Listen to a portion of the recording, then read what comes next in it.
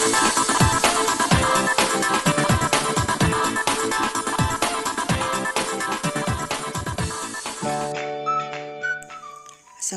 warahmatullahi wabarakatuh. Bertemu lagi dengan Ustazah Nurul pada pelajaran Akidah Akhlak kelas 3.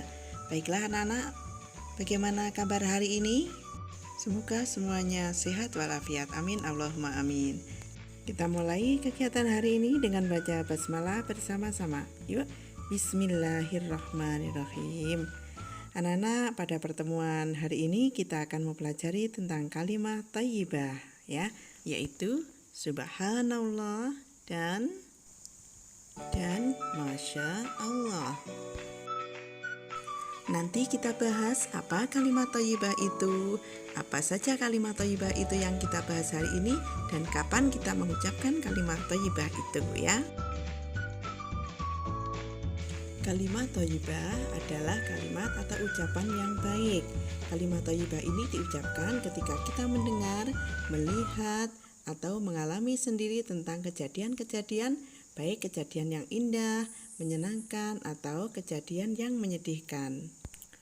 Orang yang sering melafalkan kalimat thayyibah akan selalu ingat kepada Allah dan juga mengandung nilai doa serta ibadah dan juga sebagai zikir. Nah, anak-anak, ketika kita melakukan segala sesuatu, kita juga sambil berzikir.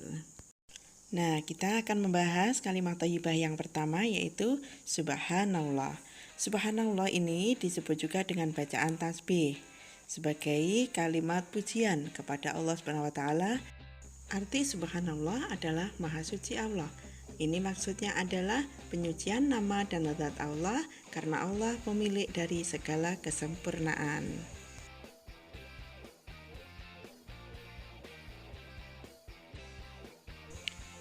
Oke, lanjut ya.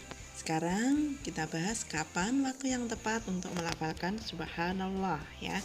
Yang pertama, ketika kita mendengar atau melihat atau merasakan kebesaran, keagungan dan kekuasaan Allah Subhanahu wa taala. Kemudian yang kedua, ketika kita melihat kekuasaan Allah Subhanahu wa taala yang mengejutkan. Contohnya ketika hujan lebat tiba-tiba ada petir yang menggelegar. Nah, itu ya. Yang selanjutnya adalah mengagumi sesuatu yang baru dilihat dan aneh. Nah, ketika setelah hujan biasanya ada pelangi ya. Nah, kita juga biasa mengucapkan subhanallah. Kemudian ketika berzikir setelah sholat 5 waktu. Lanjut, ketika kapan lagi ya? Ketika kita mengingatkan imam waktu sholat ya, ketika imam lupa rukun atau bacaan atau gerakan sholat bagi makmum laki-laki. Dan kita mengucapkan subhanallah ketika merasakan kenikmatan atas kebesaran Allah Subhanahu wa taala.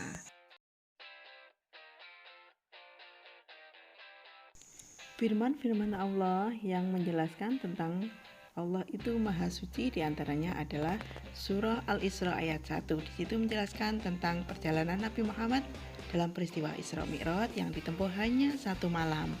Kemudian di surah Al-Jumu'ah ayat 1 menjelaskan tentang semua yang ada di langit dan di bumi itu bertasbih memuji kebesaran Allah Subhanahu wa taala.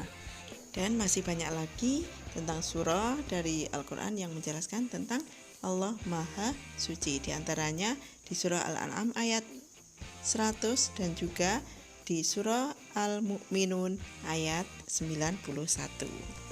Anak-anak, kalau kita sering mengucapkan kalimat subhanallah, pasti Allah akan memberikan pahala kepada kita. Selain itu, membuat kita semakin dekat dengan Allah. Dan kalian harus tahu juga bahwa kalimat subhanallah itu kalimat yang sangat dicintai oleh Allah, sehingga orang yang melafalkannya juga pasti dicintai oleh Allah. Selain itu juga akan mempertebal keimanan kepada Allah dan menjauhkan kita dari perbuatan syirik. Tadi sudah jelaskan bahwa kalimat subhanallah itu sangat dicintai oleh Allah, kalimat yang sangat dicintai oleh Allah. Dan ini sabda Rasulullah yang diriwayatkan oleh Bukhari, yang artinya 2 kalimat yang ringan diucapkan oleh lisan dan berat timbangannya dalam mizan dan disukai oleh Allah adalah kalimat Subhanallahi wa bihamdihi, subhanallahil azim. Subhanallahi wa bihamdihi, subhanallahil azim. Yang kedua, kita akan membahas tentang Masya Allah ya. Nah, Masya Allah ini artinya adalah atas kehendak Allah. Maksudnya, segala peristiwa yang ada di dunia ini terjadi atas kehendak Allah SWT. Dan ucapan ini mengandung doa agar Allah memberikan yang terbaik.